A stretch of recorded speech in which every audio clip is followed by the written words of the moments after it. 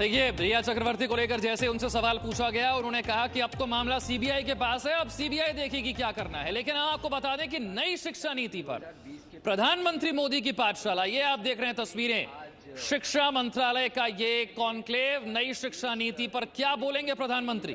से भी अधिक विश्वविद्यालयों के कुलपतिगण, अध्यापकगण 45,000 शिक्षा नीति 2020 के परिप्रेक्ष्य में राष्ट्रीय सम्मेलन में आज आपके स्वागत के लिए देश के कोने कोने से 1,000 से भी अधिक विश्वविद्यालयों के कुलपतिगण, अध्यापकगण, 45,000 से भी अधिक महाविद्यालयों, डिग्री कॉलेजों के प्राचार्यगण और अध्यापकगण और 150 से भी अधिक राष्ट्रीय महत्व के संस्थानों के अध्यक्ष, निदेशक और महानिदेशक गण सहित देश और विदेश के प्रमुख शिक्षाविद आज आपके सामने आपका हृदय की गहराइयों से अभिनंदन करने के लिए दूर दूर से जुड़े हैं।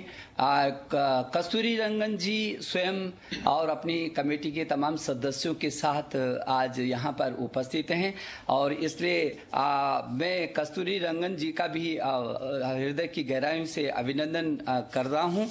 प्रधानमंत्री जी, पद्म भूषण कस्तूरी रंगन जी की अध्यक्षता में जो ये एनईपी की कमेटी है, ये पूरी दुनिया का सबसे बड़ा नवाचार के रूप में मुझे लगता है कि होगी, जिसमें 2 लाख से अधिक ग्राम समितियों के साथ 1,000 से अधिक विश्वविद्यालय, 33 करोड़ छात्र छात्राओं के अभिभावकों से परामर्श, सारे अध्यापकगण, विशेषज्ञगण, सभी एनजीओ, जनप्रतिनिधिगण, देश भर के सभी शिक्षा मंत्रियों से एक बार नहीं बल्कि कई बार, देश के मुख्यमंत्रियों से तमाम समय समय पर संवाद और जनप्रतिनिधि से लेकर के जो पब्लिक डोमेन में डालने के बाद 2.25 लाख से भी अधिक जो सुझाव आए हैं, उसके व्यापक विश्लेषण के बाद जो ये अमृत निकल करके प्रधानमंत्री जी ये हमारे सामने आया है।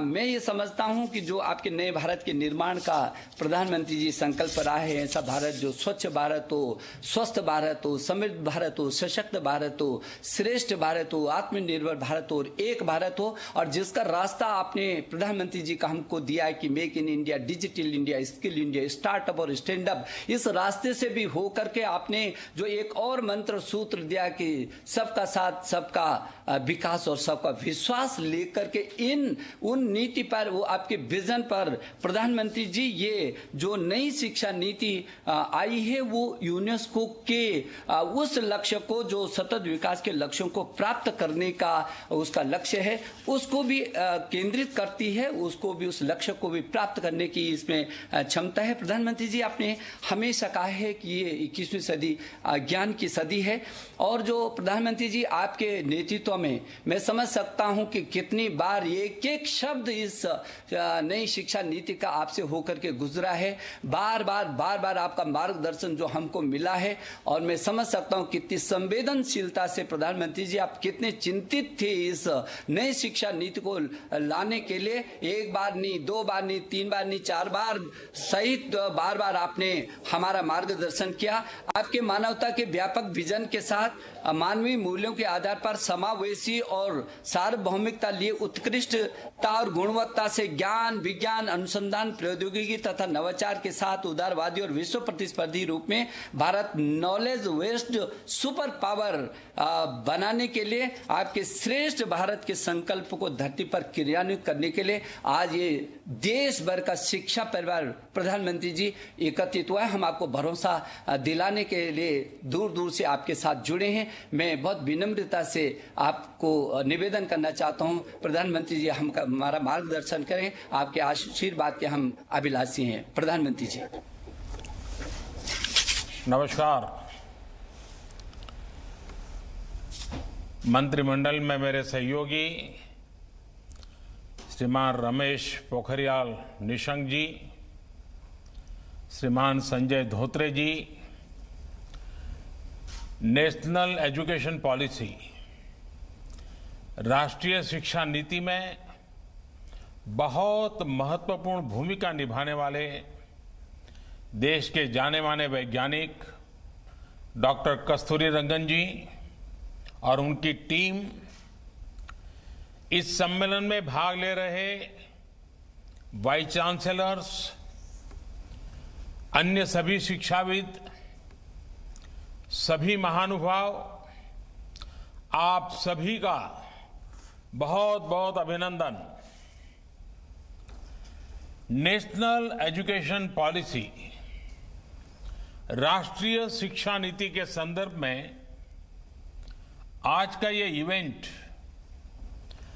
बहुत ही महत्वपूर्ण है। इस कॉन्क्लेव से भारत के एजुकेशन वर्ल्ड को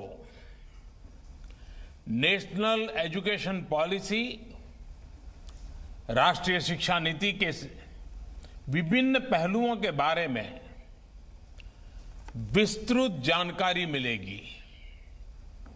जितनी जानकारी और ज्यादा जानकारी ज्यादा स्पष्ट होगी, फिर उतना ही आसान इस राष्ट्रीय शिक्षा नीति का इम्प्लीमेंटेशन भी होगा। साथियों, 3-4 साल के व्यापक विचार विमर्श के बाद लाखों सुझावों पर लंबे मंथन के बाद राष्ट्रीय शिक्षा नीति को स्वीकृत किया गया है। आज देश भर में इसकी व्यापक चर्चा हो रही है। अलग अलग क्षेत्र के लोग, अलग अलग विचारधाराओं के लोग अपने व्यूज दे रहे हैं, राष्ट्रीय शिक्षा नीति को रिव्यू कर रहे हैं। ये एक हेल्दी डिबेट है। ये जितनी ज्यादा होगी उतना ही लाभ देश की शिक्षा व्यवस्था को मिलेगा। ये भी खुशी की बात है कि राष्ट्रीय शिक्षा नीति आने के बाद देश के किसी भी क्षेत्र से, किसी भी वर्ग से ये बात नहीं उठी कि इसमें किसी तरह का बायस है या किसी एक तरफा कोई झुकाव है। ये एक इंडिकेटर भी है कि लोग बरसों से चली आ रही एजुकेशन सिस्टम में जो बदलाव चाहते थे वो उन्हें देखने को मिले हैं। वैसे कुछ लोगों के मन में ये सवाल आना बहुत स्वाभाविक है कि इतना बड़ा रिफॉर्म कागज पर तो कर दिया, लेकिन इसे जमीन पर कैसे उतारा जाएगा। यानी अब सबकी निगाहें इसके इम्प्लीमेंटेशन की तरफ है। इस चैलेंज को देखते हुए व्यवस्थाओं को बनाने में जहां कहीं कुछ सुधार की आवश्यकता है, वह हमें सबको मिलकर के करना है और करना ही है। आप सभी राष्ट्रीय शिक्षा नीति के इम्प्लीमेंटेशन में और उस काम में सीधे तौर पर जुड़े हैं और इसलिए आप सबकी भूमिका बहुत ज्यादा है, बहुत अहम है। जहां तक पॉलिटिकल विल की बात है, मैं पूरी तरह कमिटेड हूं, मैं पूरी तरह आपके साथ हूं। साथियों, हर देश अपनी शिक्षा व्यवस्था को अपनी नेशनल वैल्यूज के साथ जोड़ते हुए अपने नेशनल गोल्स के अनुसार रिफॉर्म्स करते हुए आगे बढ़ता है। मकसद ये होता है कि देश का एजुकेशन सिस्टम अपनी वर्तमान और आने वाली पीढ़ियों को फ्यूचर रेडी रखे, फ्यूचर रेडी करें। भारत की नेशनल एजुकेशन पॉलिसी राष्ट्रीय शिक्षा नीति का आधार भी यही सोच है। राष्ट्रीय शिक्षा नीति 21वीं सदी के भारत की नए भारत की फाउंडेशन तैयार करने वाली है।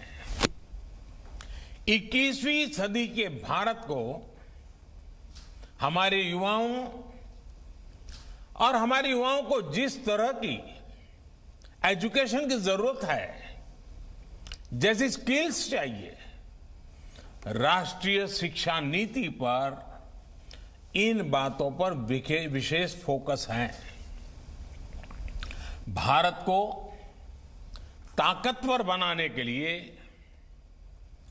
विकास की नई ऊंचाई पर पहुंचाने के लिए भारत के नागरिकों को और सशक्त करने के लिए उन्हें ज्यादा से ज्यादा अवसरों के उपयुक्त बनाने के लिए इस एजुकेशन पॉलिसी में खास जोर दिया गया है। जब भारत का स्टूडेंट, चाहे वो नर्सरी में हो या फिर कॉलेज में साइंटिफिक तरीके से पढ़ेगा, तेजी से बदलते हुए समय और तेजी से बदलती जरूरतों के हिसाब से पढ़ेगा, तो वो नेशन बिल्डिंग में कंस्ट्रक्टिव भूमिका निभा पाएगा। साथियों, बीते अनेक वर्षों से हमारे एजुकेशन सिस्टम में बड़े बदलाव नहीं हुए थे। परिणाम ये हुआ कि हमारे समाज में क्यूरोसिटी और इमेजिनेशन की वैल्यूज को प्रमोट करने के बजाय भेड़ चाल को ही प्रोत्साहन मिलने लगा था। कभी डॉक्टर बनने के लिए होड़ लगी, कभी इंजीनियर बनाने की होड़ लगी, कभी वकील बनाने की होड़ लगी। इंटरेस्ट, एबिलिटी और डिमांड की मैपिंग किए बिना होड़ लगाने की प्रवृत्ति से एजुकेशन को बाहर निकालना जरूरी था। हमारे स्टूडेंट्स में, हमारे युवाओं में क्रिटिकल थिंकिंग और इनोवेटिव थिंकिंग विकसित कैसे हो सकती है, जब तक हमारी शिक्षा में पैशन ना हो, फिलॉसफी ऑफ एजुकेशन ना हो, पर्पज ऑफ एजुकेशन ना हो। साथियों, आज गुरुवर रविंद्रनाथ ठाकुर की पुण्यतिथि भी है। वो कहते थे, उच्चतम शिक्षा वो है जो हमें सिर्फ जानकारी नहीं देती, बल्कि हमारे जीवन को समस्त अस्तित्व के साथ सद्भाव में लाती है। निश्चित तौर पर राष्ट्रीय शिक्षा नीति का बृहद लक्ष्य इसी से जुड़ा है। इसके लिए टुकड़ों में सोचने के बजाय एक होलिस्टिक अप्रोच की जरूरत थी, जिसको सामने रखने में राष्ट्रीय शिक्षा नीति सफल रही है। साथियों, आज जब राष्ट्रीय शिक्षा नीति मूर्त रूप ले चुकी है, तो मैं उस समय और सवालों की भी चर्चा आपसे करना चाहता हूं, जो हमारे सामने शुरुआती दिनों में आए थे। उस समय जो दो सबसे बड़े सवाल थे, वो यही थे कि क्या हमारी शिक्षा व्यवस्था हमारे युवाओं को क्रिएटिव, क्यूरियोसिटी और कमिटमेंट ड्रिवन लाइफ के लिए मोटिवेट करती है। आप लोग इस क्षेत्र में इतने वर्षों से हैं, आपने अपना जीवन शिक्षा के लिए खपा दिया है, समर्पित किया है। आप लोग इसका जवाब बेहतर जानते हैं। साथियों, हमारे सामने दूसरा सवाल था कि क्या हमारी शिक्षा व्यवस्था हमारे युवाओं को एम्पावर करती है, देश में एक एम्पावर्ड सोसाइटी के निर्माण में मदद करती है। आप सब इन सवालों से भी परिचित हैं और जवाबों से भी भली भांति परिचित हैं। साथियों, आज मुझे संतोष है कि भारत की नेशनल एजुकेशन पॉलिसी, राष्ट्रीय शिक्षा नीति को बनाते समय इन सवालों पर गंभीरता से काम किया गया। साथियों, बदलते समय के साथ एक नई विश्व व्यवस्था, एक नए रंग रूप और व्यवस्थाओं में बदलाव, एक नई विश्व व्यवस्था खड़ी हो रही है। एक नया ग्लोबल स्टैंडर्ड भी तय हो रहा है। इसके हिसाब से भारत का एजुकेशन सिस्टम खुद में बदलाव करे, ये भी किया जाना बहुत जरूरी था। स्कूल करिकुलम के 10+2 स्ट्रक्चर से आगे बढ़कर अब 5+3+3+4 करिकुलम का स्ट्रक्चर देना इसी दिशा में एक कदम है। हमें अपने स्टूडेंट्स को ग्लोबल सिटीजन भी बनाना है और इसका भी ध्यान रखना है कि वे ग्लोबल सिटीजन तो बने, लेकिन साथ साथ अपनी जड़ों से भी जुड़े रहें। जड़ से लेकर के जग तक, मनुष्य से मानवता तक, अतीत से आधुनिकता तक सभी बिंदुओं का समावेश करते हुए इस राष्ट्रीय शिक्षा नीति का स्वरूप तय किया गया है। साथियों, इस बात में कोई विवाद नहीं है कि बच्चों के घर की बोली और स्कूल में पढ़ाई की भाषा एक ही होने से बच्चों के सीखने की गति बेहतर होती है। ये एक बहुत बड़ी वजह है जिसकी वजह से जहां तक संभव हो 5th क्लास तक बच्चों को उनकी मातृभाषा में ही पढ़ाने पर सहमति दी गई है। इससे बच्चों को और बच्चों की नींव तो मजबूत होगी ही, उनके आगे की पढ़ाई के लिए भी उनका बेस और मजबूत होगा। साथियों, अभी तक जो हमारी शिक्षा व्यवस्था है उसमें व्हाट टू थिंक, मैं बहुत जिम्मेवारी से बोल रहा हूं, व्हाट टू थिंक पर फोकस रहा है, जबकि इस शिक्षा नीति में हाउ टू थिंक उस पर बल दिया जा रहा है। ये मैं इसलिए कह रहा हूं कि आज जिस दौर में हम, और ये दौर ऐसा है जहां इंफॉर्मेशन और कंटेंट की कोई कमी नहीं है, एक प्रकार से बाढ़ आई हुई है। हर प्रकार की जानकारी आपके मोबाइल फोन पर अवेलेबल है।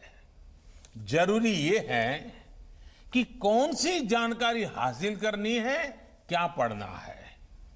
इस बात को ध्यान में रखकर ही राष्ट्रीय शिक्षा नीति में प्रयास किया गया है कि जो पढ़ाई के लिए लंबा चौड़ा सिलेबस होता है, ढेर सारी किताबें होती हैं, उसकी अनिवार्यता को कम किया जाए।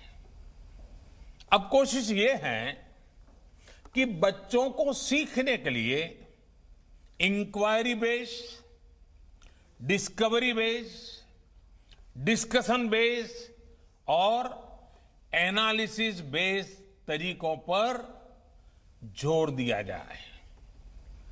इससे बच्चों में सीखने की ललक बढ़ेगी और उनके क्लास में उनका पार्टिसिपेशन भी बढ़ेगा। साथियों, हर विद्यार्थी को, स्टूडेंट को यह अवसर मिलना ही चाहिए कि वो अपने पैशन को फॉलो करे। वो अपनी सुविधा और जरूरत के हिसाब से किसी डिग्री या कोई कोर्स को फॉलो कर सके और अगर उसका मन करे तो वो छोड़ भी सके। अक्सर ऐसा होता है कि कोई कोर्स करने के बाद स्टूडेंट जब जॉब के लिए जाता है तो उसे पता चलता है कि जो उसने पढ़ा है वो जॉब की रिक्वायरमेंट को पूरा नहीं करता। कई स्टूडेंट को अलग अलग वजहों के से बीच में ही कोर्स छोड़कर जॉब करनी पड़ती है। ऐसे सभी स्टूडेंट्स की जरूरतों का ख्याल रखते हुए मल्टीपल एंट्री एग्जिट का ऑप्शन दिया गया है। अब स्टूडेंट वापस अपने कोर्स से जुड़कर अपनी जॉब रिक्वायरमेंट के हिसाब से ज्यादा इफेक्टिव तरीके से पढ़ाई कर सकता है, लर्न कर सकता है। इसका एक और एस्पेक्ट है, जब स्टूडेंट्स को यह भी स्वतंत्रता होगी कि अगर वो कोई कोर्स बीच में छोड़कर दूसरे कोर्स में प्रवेश लेना चाहे तो वो कर सकते हैं। इसके लिए वो पहले कोर्स से एक निश्चित समय तक ब्रेक ले सकते हैं और दूसरा कोर्स ज्वाइन कर सकते हैं। हायर एजुकेशन को स्ट्रीम से मुक्त करने, मल्टीपल एंट्री और एग्जिट क्रेडिट बैंक के पीछे यही एक बहुत लंबे दूर की सोच के साथ हम आगे आए हैं। हम उस एरा की तरफ बढ़ रहे हैं जहां कोई व्यक्ति जीवन भर किसी एक प्रोफेशन में ही नहीं टिका रहेगा। बदलाव निश्चित है, मान के चलिए, और इसके लिए उसे निरंतर खुद को रीस्किल और अपस्किल करते रहना ही होगा। नेशनल एजुकेशन पॉलिसी, राष्ट्रीय शिक्षा नीति में इसका भी बारीकी से ध्यान रखा गया है। साथियों, किसी भी देश के विकास में एक बड़ी भूमिका रहती है समाज के हर तबके की गरिमा, उसकी डिग्निटी। समाज का कोई व्यक्ति कोई भी काम करता हो, कोई निम्न नहीं होता है। हमें यह सोचना चाहिए कि भारत जैसे सांस्कृतिक रूप से समृद्ध रहे देश में ये बुराई कहां से आई? ऊंच नीच का भाव, मेहनत मजदूरी करने वालों के प्रति हीन भाव, इस प्रकार की विकृति हमारे अंदर कैसे घर कर गई? इसकी एक बड़ी वजह रही है कि हमारी एजुकेशन का समाज के इस तबके के साथ एक डिस्कनेक्ट रहा। जब गांवों में जाएंगे, किसान को, श्रमिकों को, मजदूरों को काम करते देखेंगे, तभी तो उनके बारे में जान पाएंगे, उन्हें समझ पाएंगे वो कितना बड़ा योगदान कर रहे हैं। समाज की आवश्यकताओं की पूर्ति के लिए वो कैसे अपना जीवन खपा रहे हैं। उनके श्रम का सम्मान करना हमारी पीढ़ी को, वर्तमान को, भावी पीढ़ी को सीखना ही होगा। इसलिए राष्ट्रीय शिक्षा नीति में स्टूडेंट एजुकेशन और डिग्निटी ऑफ लेबर, उस पर भी बहुत ध्यान दिया गया है। साथियों, 21वीं सदी के भारत से पूरी दुनिया को बहुत अपेक्षाएं हैं। भारत का सामर्थ्य है कि वो टैलेंट और टेक्नोलॉजी का समाधान पूरी दुनिया को दे सकता है। हमारी इस जिम्मेदारी को भी हमारी एजुकेशन पॉलिसी एड्रेस करती है। राष्ट्रीय शिक्षा नीति में जो भी समाधान सुझाए गए हैं, उससे फ्यूचरिस्टिक टेक्नोलॉजी के प्रति एक माइंडसेट विकसित करने की भावना भी है।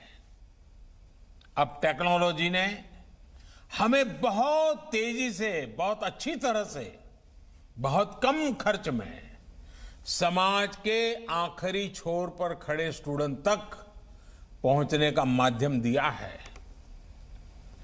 हमें इसका ज्यादा से ज्यादा उपयोग करना है। इस एजुकेशन पॉलिसी के माध्यम से टेक्नोलॉजी आधारित बेहतर कंटेंट और कोर्स के डेवलपमेंट में बहुत मदद मिलेगी। बेसिक कंप्यूटिंग पर बल हो, कोडिंग पर फोकस हो, या फिर रिसर्च पर ज्यादा जोर, ये सिर्फ एजुकेशन सिस्टम ही नहीं बल्कि पूरे समाज की अप्रोच को बदलने का माध्यम बन सकता है। वर्चुअल लैब जैसे कंसेप्ट ऐसे लाखों साथियों तक बेहतर शिक्षा के सपने को ले जाने वाला है, जो पहले से ही सब्जेक्ट्स पढ़ ही नहीं पाते थे, जिसमें लैब एक्सपेरिमेंट जरूरी हो।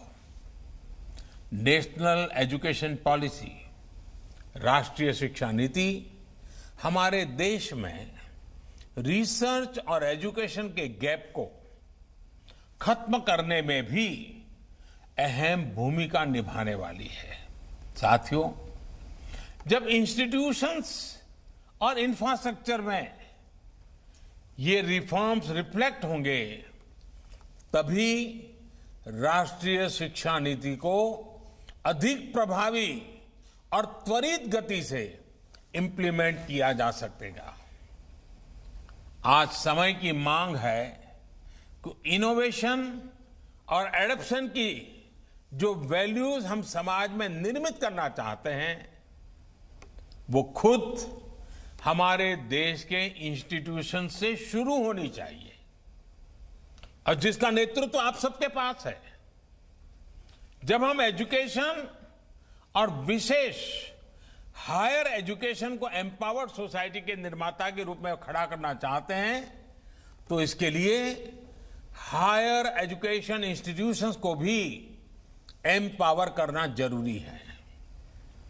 और मैं जानता हूं, जैसे ही इंस्टीट्यूशंस को एम्पावर करने की बात आती है, तो उसके साथ ही एक और शब्द चला आता है, और वो शब्द आप बड़ी बात ही जानते हैं।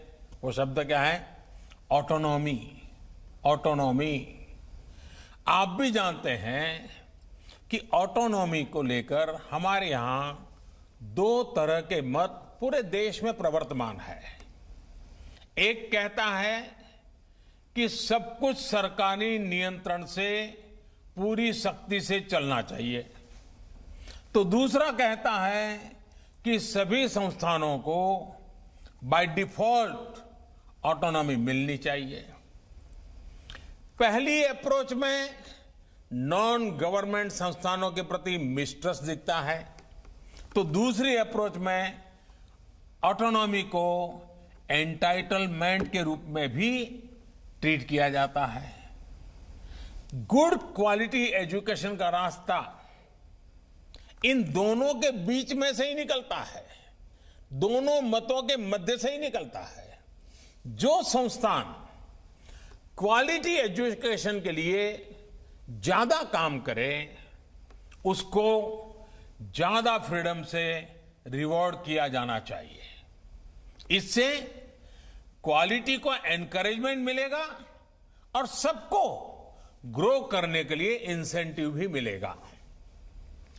नेशनल एजुकेशन पॉलिसी, राष्ट्रीय शिक्षा नीति आने से पहले हाल के वर्षों में आपने भी देखा है कि कैसे हमारी सरकार ने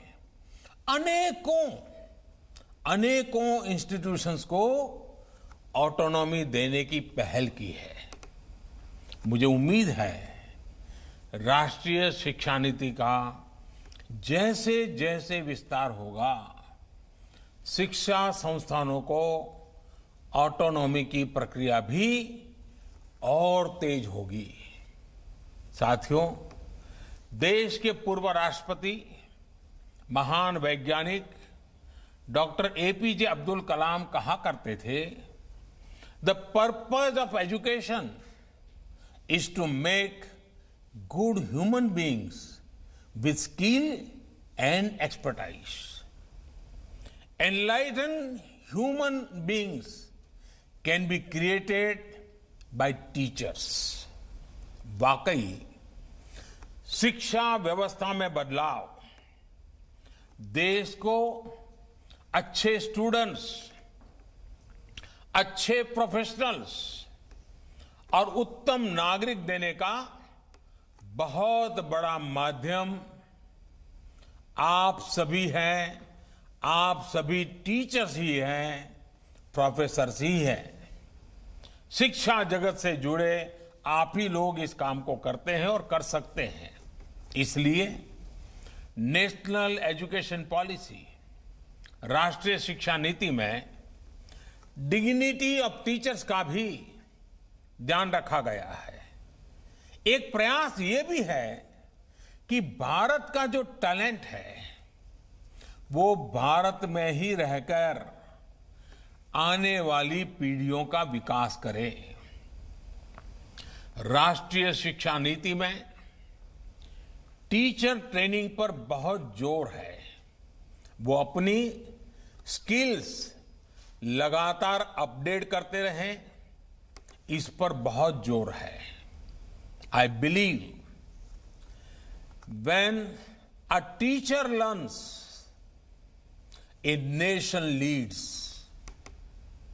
साथियों, नेशनल एजुकेशन पॉलिसी, राष्ट्रीय शिक्षा नीति को अमल में लाने के लिए हम सभी को एक साथ संकल्पबद्ध होकर काम करना है।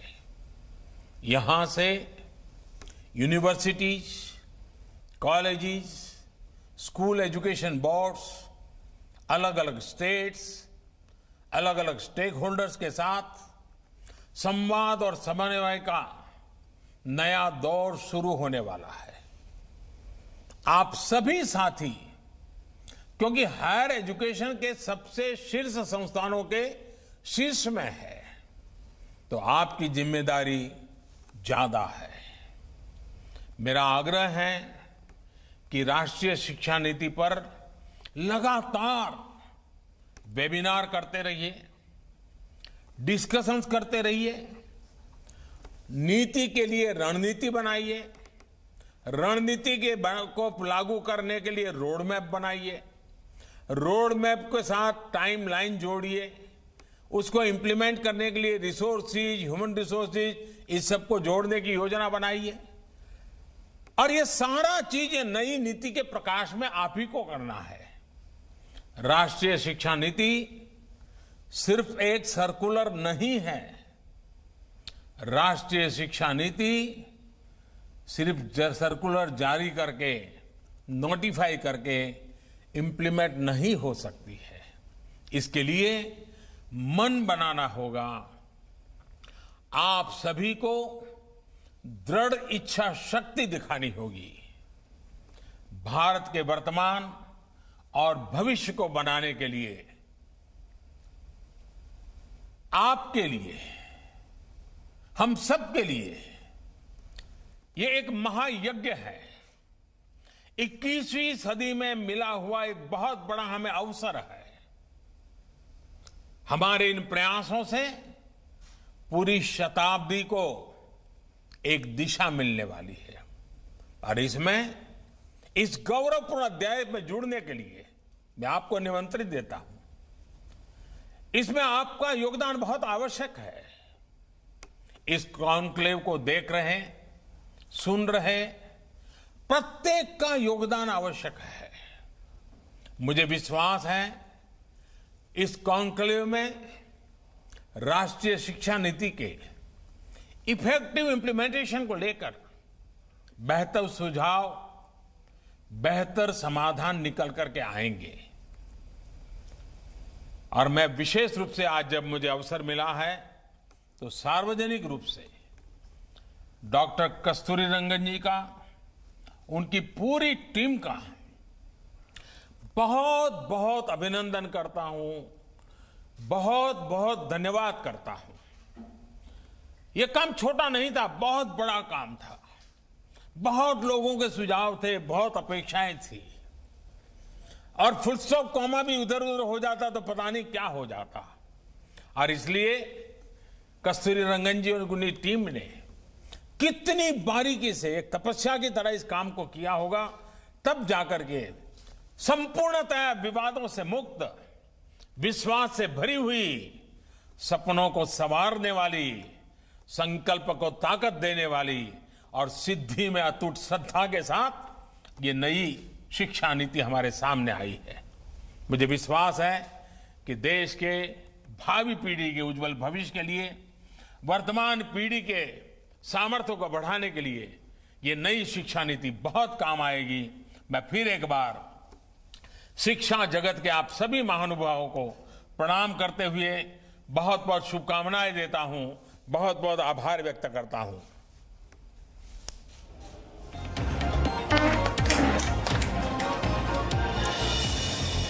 तो नई शिक्षा नीति पर प्रधानमंत्री ने कहा इसके लिए 3 से 4 साल तक मंथन हुआ, लाखों सुझाव आए और लाखों सुझावों के बाद इस नई शिक्षा नीति को मंजूरी दी गई है। विवादों से मुक्त, विश्वास से भरी नई शिक्षा नीति, जिस पर पहला सार्वजनिक भाषण प्रधानमंत्री मोदी का। नई शिक्षा नीति में पुराने तौर तरीकों को बदल दिया गया है और 21वीं सदी की महत्वाकांक्षाओं के अनुरूप इसे तैयार किया गया है। 3 से 4 साल इसे लगे, लाखों सुझाव आए और उसके बाद नई शिक्षा नीति तैयार हुई। कुछ लोगों के मन में ये सवाल आना बहुत स्वाभाविक है कि इतना बड़ा रिफॉर्म कागज पर तो कर दिया, लेकिन इसे जमीन पर कैसे उतारा जाएगा? यानी अब सबकी निगाहें इसके इंप्लीमेंटेशन की तरफ है। इस चैलेंज को देखते हुए व्यवस्थाओं को बनाने में जहां कहीं कुछ सुधार की आवश्यकता है, वो हमें सबको मिलकर के करना है और करना ही है। आप सभी राष्ट्रीय शिक्षा नीति के इंप्लीमेंटेशन में और उस काम में सीधे तौर पर जुड़े हैं और इसलिए आप सबकी भूमिका बहुत ज्यादा है, बहुत अहम है। जहां तक पॉलिटिकल विल की बात है, मैं पूरी तरह कमिटेड हूं, मैं पूरी तरह आपके साथ हूं। देश अपनी शिक्षा व्यवस्था को अपनी नेशनल वैल्यूज के साथ जोड़ते हुए अपने नेशनल गोल्स के अनुसार रिफॉर्म्स करते हुए आगे बढ़ता है। मकसद ये होता है कि देश का एजुकेशन सिस्टम अपनी वर्तमान और आने वाली पीढ़ियों को फ्यूचर रेडी रखें, फ्यूचर रेडी करें। भारत की नेशनल एजुकेशन पॉलिसी, राष्ट्रीय शिक्षा नीति का आधार भी यही सोच है।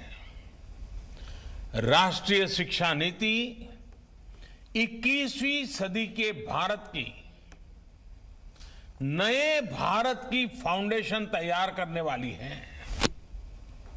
21वीं सदी के भारत को हमारे युवाओं और हमारे युवाओं को जिस तरह की एजुकेशन की जरूरत है, जैसी स्किल्स चाहिए, राष्ट्रीय शिक्षा नीति पर इन बातों पर विशेष फोकस है। भारत को ताकतवर बनाने के लिए, विकास की नई ऊंचाई पर पहुंचाने के लिए भारत के नागरिकों को और सशक्त करने के लिए, उन्हें ज्यादा से ज्यादा अवसरों के उपयुक्त बनाने के लिए इस एजुकेशन पॉलिसी में खास जोर दिया गया है। जब भारत का स्टूडेंट, चाहे वो नर्सरी में हो या फिर कॉलेज में साइंटिफिक तरीके से पढ़ेगा, तेजी से बदलते हुए समय और तेजी से बदलती जरूरतों के हिसाब से पढ़ेगा, तो वो नेशन बिल्डिंग में कंस्ट्रक्टिव भूमिका निभा पाएगा। तो 21वीं सदी को ध्यान में रखते हुए नई शिक्षा नीति को लाया गया है और प्रधानमंत्री ने कहा कि सबकी नजर इस बात पर है कि इसे कैसे इंप्लीमेंट किया जा सकता है, ताकि जो भारत के स्टूडेंट्स हैं, छात्र हैं, वो देश के सामने आने वाली चुनौतियों को हल करने के लिए सक्षम बन सकें। इसीलिए ये सुधार नई शिक्षा नीति में। एक छोटा सा ब्रेक, फौरन हाजिर हूं।